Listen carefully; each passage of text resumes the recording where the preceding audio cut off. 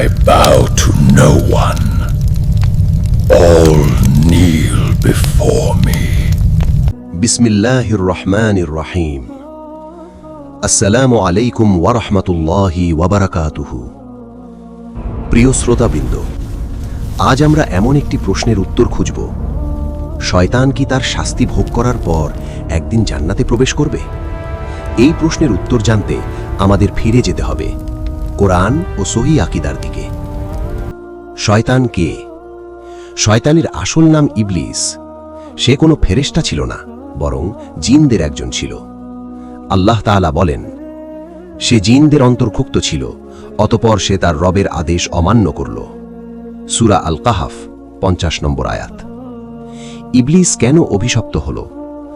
আল্লাহ যখন আদম আলাইহিস সালামকে সিজদা করার আদেশ দিলেন, ইবলিস অহংকার করল।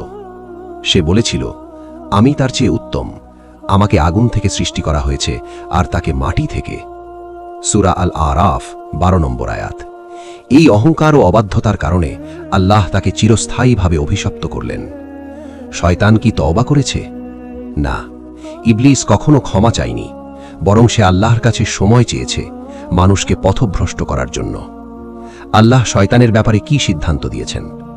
কোরআনে আল্লাহ তাআলা স্পষ্টভাবে বলেন, তুমি এখান থেকে বের হয়ে যাও, তুমি বিতাড়িত, নিশ্চয়ই কিয়ামত পর্যন্ত তোমার উপর আমার অভিশাপ থাকবে।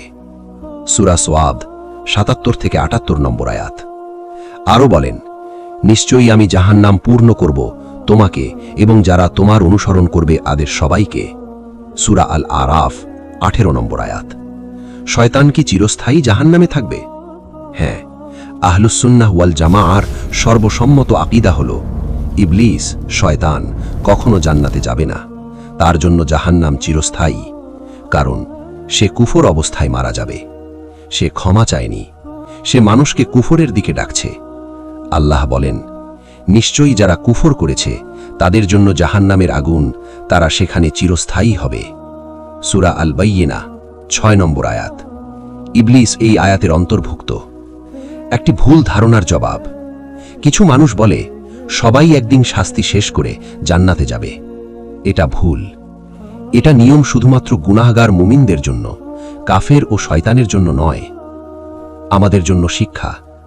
প্রিয় ভাই ও বোনেরা, শয়তান ছিল বহু ইবাদতকারী, জ্ঞানী, দীর্ঘজীবী, কিন্তু একটি অহংকার তাকে চিরতরে ধ্বংস করেছে।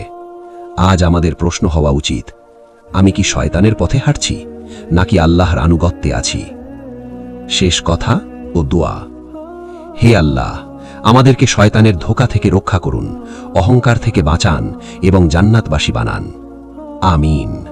ওয়া আখিরু দাওয়ানা আনিল হামদুলিল্লাহি রাব্বিল আলামিন।